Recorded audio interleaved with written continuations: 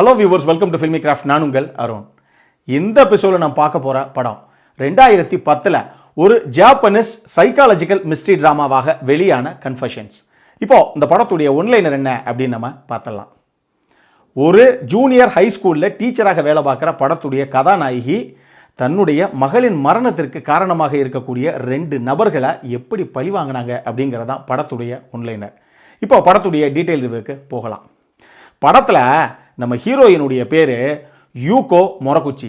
என்ன குச்சி? மொரகுச்சி. அவங்க ஒரு ஜூனியர் ஹை ஸ்கூலில் டீச்சராக இருக்காங்க. படத்துடைய ஆரம்பத்திலேயே ஒரு ஸ்கூலு, அங்கே இருக்கிற ஒரு கிளாஸு, கிட்டத்தட்ட ஒரு 13-14 வயசுக்கு உள்ளே இருக்கிற பசங்க படிக்கிற ஒரு வகுப்புன்னு வச்சுக்கோங்களேன். அங்கே கிளாஸ் எடுக்கிறதுக்காக உள்ளே போகிறாங்க. போன உடனேயே அந்த பசங்க கிட்ட சொல்கிறாங்க, நான் கூடிய விரைவில் இங்கேருந்து ரிசைன் பண்ணிட்டு போகலாம் அப்படின்னு இருக்கேன். அதுக்கு முன்னாடி உங்களுக்கு ஒரு விஷயத்தை நான் சொல்கிறேன் அப்படின்னு சொல்லி இவங்க ஒரு கதையை சொல்ல ஆரம்பிக்கிறாங்க. இதில் அந்த படிப்ஸு கேஸுங்கள்லாம் இருக்கும்ல, அந்த மாதிரி கேஸெல்லாம் மிஸ் ஏதோ சொல்ல போகிறாங்க அப்படின்னு சொல்லி ரொம்ப ஆர்வமாக கவனிக்குதுங்க. இதில் நம்மளை மாதிரி ஒரு 4-5 கேஸ் இருக்கும் இல்லையா, அது அடப்போப்பா என்னத்தையா சொன்னால் நமக்கு என்ன அப்படின்னு அதாவது ஒரு பக்கம் பேசிக்கிட்டு சிரிச்சுக்கிட்டு உட்காந்துருக்குதுங்க. ஆனால் இவங்க சொல்ல வந்த விஷயத்தை ரொம்ப சீரியஸாக தான் பசங்க கிட்ட சொல்ல ஆரம்பிக்கிறாங்க. இவங்க ஒரு கதை சொல்கிறாங்க. அந்த கதை என்ன அப்படின்னு பார்த்தீங்கன்னா, இவங்களுக்கு ஒரு 4-5 வயசில் ஒரு பொன் குழந்தை இருந்தா. இப்போ அவள் உயிரோட இல்லை.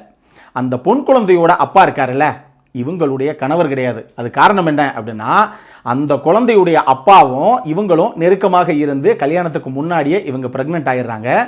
சரி, ஓகே, அவரை கல்யாணம் பண்ணிக்கலாம் அப்படிங்கிற தருணத்தில், அந்த முடிவை எடுக்கிற அந்த நேரத்தில் தான் இவங்க 2 பேர்த்துக்குமே ஒரு விஷயம் தெரிய வருது. அது என்ன அப்படின்னா, அவருக்கு HIV பாசிட்டிவ்.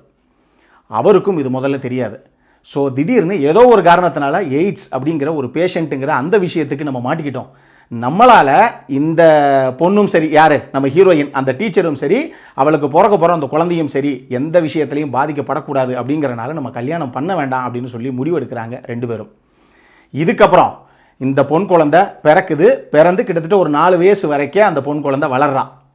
இப்படி இருக்கிற ஒரு தருணத்தில் ஒரு நாள் நான் என் பொண்ணை இதே ஸ்கூலில் தான் படிக்க வச்சுருக்கேன், அவளை நான் கூட்டு வருவேன். அவங்க அப்பாவுக்கு இந்த நோய் இருக்குங்கிறனால அவர் மட்டும் வீட்டில் இருப்பார். நான் வரும்போதே என் பொண்ணை கூட்டு வந்துடுவேன். அவள் கிளாஸ் முடிஞ்ச உடனே நான் என் கிளாஸ் முடிஞ்சதுக்கப்புறம் போகும்போது அவள் கிளாஸில் இருந்து வீட்டுக்கு கூட்டிட்டு போயிடுவேன். அப்படி ஒரு நாள் என் கிளாஸ் முடிகிறது கொஞ்சம் டைம் ஆகிடுச்சு. நான் அந்த பொண்ணை கூட்டிட்டு போகலான்னு சொல்லி என் மகளை தேடி அவள் கிளாஸுக்கு போனால் அவங்க இல்லை. இறுதியாக ஸ்கூலுக்கு சென்டரில் இருக்க ஒரு ஸ்விம்மிங் பூலு, அந்த ஸ்விம்மிங் பூலில் கடைசியாக பிணமாக என் மகளை நாங்கள் கண்டெடுத்தோம். கடைசியாக போலீஸுக்கும் நாங்கள் தகவல் கொடுத்தோம். போலீஸ் இந்த கேஸ் எடுத்துக்கிட்டு, இதெல்லாம் வேறு விஷயம். ஆனால் இதில் சம்மந்தப்பட்ட 2 பர்சன்ஸ் இருக்காங்க. உதாரணத்துக்கு பர்சன் ஏ, பர்சன் பி. இந்த பர்சன் ஏ எப்படிப்பட்ட நபர் அப்படின்னா, பேசிக்காகவே கொஞ்சம் குரோதமான மனமுடைய ஒரு சைக்கோ கில்லர்னே வச்சுக்கோங்களேன். அந்த மாதிரி குணாதிசயம் இருக்கக்கூடிய ஒரு நபர். ஆனால் அவரால் கூட என் மக இறக்கலை. இதில் பர்சன் பி இருக்கார்ல, அவர் ரொம்ப நல்ல மனசுக்காரரு, எல்லாத்துக்கும் ஹெல்ப் பண்ணணும், நம்மளால் யாரும் கஷ்டப்படக்கூடாது அப்படின்னு நினைக்கிற ஒரு நபர். ஆனால் அவரால் தான் என் மக இறந்தா. ஸோ என் மக இறந்ததுக்கு முக்கால்வாசி காரணம் அந்த பர்சன் பி தான். ஆனால் இதுக்கெல்லாம் ஆரம்பமாக முதல்ல இதை ஆரம்பித்தது இந்த பர்சன் ஏ தான். இவ்வளவு கதையை சொன்னேன். இதில் முக்கியமான ஒரு ட்விஸ்ட் இப்போ நான் சொல்கிறேன். அந்த 2 பேர் இருக்காங்கல்ல, பர்சன் ஏவும் பர்சன் பியும், அவங்க 2 பேரும் இதே கிளாஸில் தான் இருக்காங்க அப்படின்னு சொல்கிறாங்க. அவங்க எல்லா பசங்களுக்கும் மிகப்பெரிய ஷாக்கு. என்னமே சொல்கிறீங்க, நம்ம கிளாஸில் தான் படிக்கிறாங்க அந்த 2 பேருமா அப்படின்னு கேட்டால், இதை தாண்டி இன்னொரு ட்விஸ்ட்டை சொல்கிறாங்க. இப்போ நான் சொன்னனே, இதையெல்லாம் தாண்டி இந்த 2 பேரையும் பழி வாங்கிறதுக்கு இந்த மாதிரி ஒரு ஏற்பாடுகளை பண்ணியிருக்கேன்னு சொல்லி என்ன பண்ணுனாங்கங்கிறதையும் அந்த ஸ்டூடெண்ட்ஸுக்கிட்டே அவங்க சொல்கிறாங்க. அவ்வளோ பேத்துக்கும் மிகப்பெரிய ஷாக்கு. அந்த 2 பேர் யாருன்னு புரியாத அளவுக்கு எல்லாத்துக்கும் மிகப்பெரிய திகைப்பு அந்த மாணவர்கள் மத்தியில். உண்மையாக அப்படி என்னத்தை தான் இவங்க பிளான் பண்ணி பசங்க கிட்ட சொன்னாங்க. இதுக்கப்புறம் அந்த 2 பேர் அவங்களுக்கு என்ன நடந்தது, இதுதான் படத்துடைய மொத்த கதையை. இந்த படத்தை பொறுத்தளவுக்கு எனக்கு ரொம்ப ரொம்ப பிடிச்ச விஷயங்கள் என்ன அப்படின்னு பார்த்தீங்கன்னா, இந்த கதையை பக்காவாக சூஸ் பண்ணி அதை எப்படி நரேட் பண்ண முடியுமோ அப்படி அவங்க நரேட் பண்ணியிருக்காங்க. உண்மையாக அந்தளவுக்கு அற்புதமான ஒரு படம் அப்படின்னு நான் சொல்லுவேன்.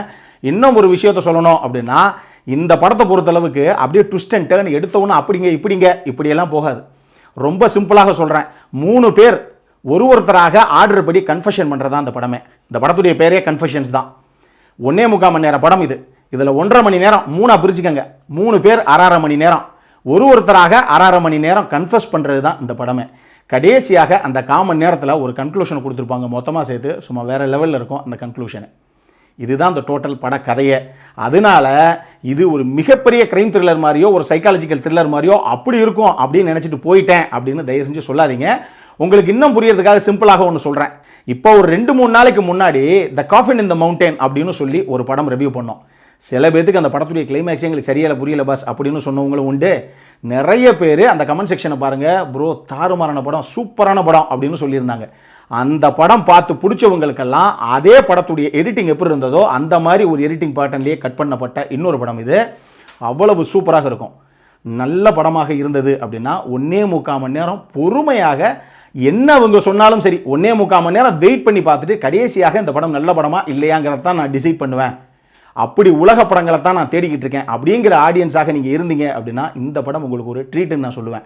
ரெண்டாவது, இந்த படத்தில் எனக்கு ரொம்ப ரொம்ப பிடிச்ச விஷயம் என்ன அப்படின்னா, இந்த படத்துடைய ஹீரோயினாக அந்த மோரிகுச்சி அந்த ரோலை ப்ளே பண்ண டக்கோகோ மட்சுடைய பர்ஃபார்மன்ஸு அவ்வளவு சூப்பராக பண்ணியிருப்பாங்க. உண்மையாக இந்த கதையை இந்த கதாபாத்திரத்தை அவங்க ஹேண்டில் பண்ண விதமே ரொம்ப சட்டிலாக இருக்கும். ஒரு ஆர்ப்பாட்டமே இல்லாத ரோல். காரணம் என்னென்னா, தன்னுடைய மக இறந்துட்டா, இதுக்கு காரணம் 2 பேர் யாருங்கிறத நமக்கு தெரியும். ஆனால் அந்த 2 பேர்த்தையும் லீகலாக நம்ம பழிவாங்க முடியாது, இதை வேறு விதமாக பழிவாங்கணும் அப்படின்னு சொல்லி அவங்க போடுற திட்டம் அது எப்படி கடைசியாக செயல்படுத்தினாங்கிறதான் இந்த படத்துடைய கதையை. அந்த கதாபாத்திரமாகவே மட்சு அவ்வளவு சூப்பராக பண்ணியிருப்பாங்கன்னு சொல்லணும். மூணாவது, இந்த படத்தில் எனக்கு ரொம்ப ரொம்ப பிடிச்ச விஷயம் என்ன அப்படின்னா இந்த படத்துடைய எடிட்டிங். நான் ஏற்கனவே சொன்ன மாதிரி த காஃபின் இன் த மவுண்டன் படம் எப்படி நான் லீனியராக கட் பண்ணப்பட்டிருக்குமோ அந்த அளவுக்கு இல்லைனாலும் இந்த படமே நான் லீனியராக அங்கங்கே கட் பண்ணப்பட்டிருக்கும். மற்றபடி லீனியராக தான் நிறைய கதைகள் ஓடும். இருந்தாலும் கன்ஃபியூஸ் ஆகிடாதீங்க அந்த நான் லீனியர் எடிட்ஸில். அவ்வளவு தூரம் சூப்பராக இந்த படத்தை எடிட் பண்ணியிருப்பாங்கன்னு சொல்லணும். அடல்ட் கான்டென்ட்டை பொறுத்தளவுக்கு இந்த படத்துக்கும் குழந்தைகளுக்கும் சம்பந்தம் கிடையாது. ஆக்சுவலி ஒரு டீனேஜ் பசங்களுக்கு 13-14 வயசு மதிக்கத்தக்க பசங்க அவங்களுடைய கதைக்களமாகத்தான் ஓடுது. பட் இருந்தாலும் இதில் ஒரு சில விஷயங்கள் குழந்தைகளுக்கு தேவையில்லாத விஷயங்கள். அதனால மெச்சூர்ட் அடல்ட்ஸ் எல்லாரும் ஒன்றா சேர்ந்து உட்காந்து தாராளமாக பார்த்து ரசிக்கலாம். நான் பார்த்ததில் எனக்கு ரொம்ப பிடிச்ச ஒரு சூப்பரான சைக்காலஜிக்கல் மிஸ்ட்ரி ட்ராமா இது. இந்த படத்திற்கு ஃபில்மி கிராஃப்ட் கொடுக்கக்கூடிய ரேட்டிங் 7.75 அவுட் ஆஃப் 10. இப்போ நம்மளுடைய அடுத்த செக்மெண்ட்டான இன்ட்ரெஸ்டிங் ஃபேக்ட்ஸ் அபவுட் த மூவிக்கு போகலாம்.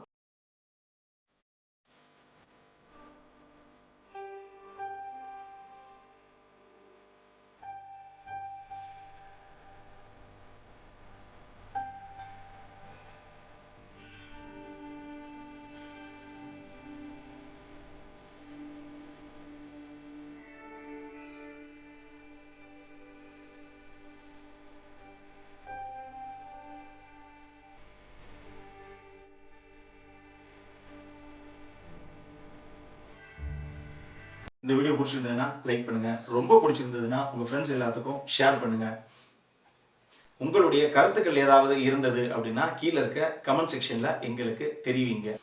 வீடியோவை க்ளோஸ் பண்றதுக்கு முன்னாடி சப்ஸ்கிரைப் பண்ணுங்க. சப்ஸ்கிரைப் பண்ணும்போது பக்கத்தில் இருக்க நோட்டிஃபிகேஷன் பெல் ஐக்கானையும் கிளிக் பண்ணுங்க.